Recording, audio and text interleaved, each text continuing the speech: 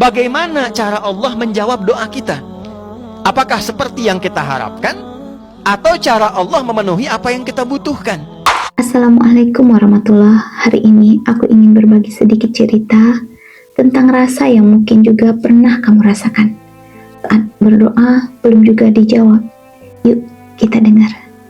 Pernah gak sih kamu merasa capek berdoa? Setiap hari minta hal yang sama, berharap, menunggu, tapi hasilnya masih sama, sepi. Kadang hati mulai bertanya pelan, apa Allah gak dengar ya?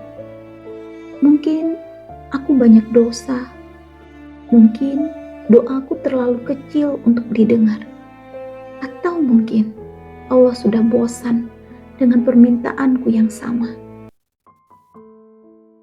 Tapi ternyata bukan itu jawabannya. Allah dengar. Bahkan sejak pertama kali kamu menunduk, berbisik, dan meneteskan air mata. Doa itu bukan sekedar permintaan, tapi cara Allah mengajak kamu bicara. Kadang saat kamu menunggu jawaban, sebenarnya Allah sedang ingin kamu tetap dekat. Ada doa yang dikabulkan cepat, karena itu baik untukmu. Ada doa yang ditunda, karena waktunya belum siap. Dan ada doa yang diganti karena Allah tahu yang kamu minta itu bisa jadi menyakitimu nanti. Yuk kita dengarkan nasihat ulama. Bagaimana cara Allah menjawab doa kita? Apakah seperti yang kita harapkan? Atau cara Allah memenuhi apa yang kita butuhkan? Maka yang pertama dijawab oleh Al-Quran dengan cepat. Falyastajibuli waliyu'minu bi. Jika doamu ingin cepat dijawab, doa itu kan permohonan kita, panggilan kita kepada Allah untuk mengabulkan, menyelesaikan apa yang kita minta. Kita memanggil. Maka Allah kemudian mengajak bicara logika kita, mengkhitab bahasa Arabnya, menggunakan hukum yang sama. Kalau panggilanmu dalam doa ingin cepat dijawab, maka respon juga dengan cepat panggilanku. Falyastajibuli. Kalau aku panggil, kamu datang. Maka muncul hukum, tiap hari Allah panggil, dicek 5 kali dalam sehari. Subuh dipanggil, zuhur dipanggil, asar dipanggil, maghrib dipanggil, isya dipanggil. Dipanggil itu untuk konfirmasi doa kita. Allah nggak butuh dengan sholat kita. Semuka langit dan bumi ini sekarang hambanya nggak sujud, tidak akan menurunkan status Allah sebagai Tuhan. Justru dipanggil sholat itu mengkonfirmasi keinginan kita. Karena itu hayya 'alas shalah, ayo sholat, hayya 'alal falah. Ayo bahagia, sukses. Apa di antara tanda kebahagiaan itu? Saat kita mengkonfirmasi, doa kita dijawab. Itulah kenapa secara bahasa sholat disebut dengan doa, karena semua bacaan sholat isinya doa. Dari mulai kita mengagungkan Allah, takbir, iftitah, doa, fatihah isinya doa, sampai dengan salam isinya doa. Duduk di antara dua sujud, dari minta ampun, minta kasih sayang, minta perlindungan, minta rizki, warzukni, 7 permintaan, baru duduk di antara dua sujud. Semuanya doa. Maka konfirmasinya ketika Allah panggil, datang.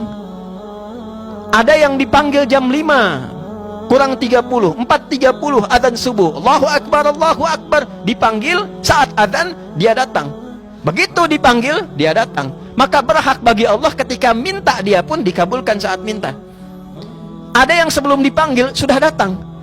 Maka ada yang fitrahnya sebelum minta sudah dikabulkan oleh Allah, seakan-akan tak punya masalah, seakan-akan keinginannya terkabul. Padahal sebelum dia meminta, Allah sudah sediakan, karena kebiasaannya selalu datang kepada Allah walaupun belum ada panggilan.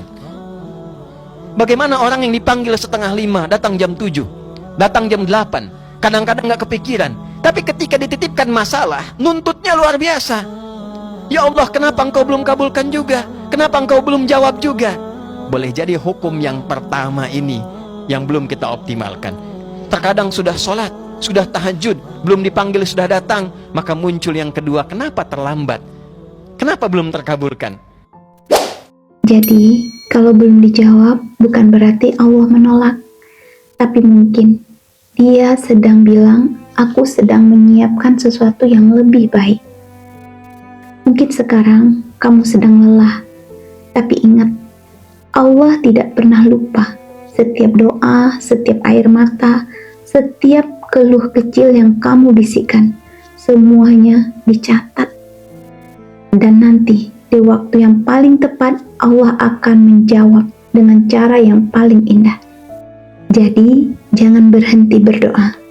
Karena bisa jadi, di saat kamu merasa paling lemah, justru disitulah doa kamu paling didengar.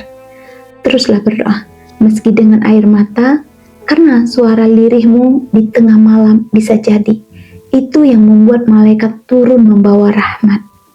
Kalau kamu merasa video ini menenangkan hatimu, boleh ya klik subscribe supaya kita bisa terus belajar dan saling menguatkan. Wassalamualaikum warahmatullahi wabarakatuh.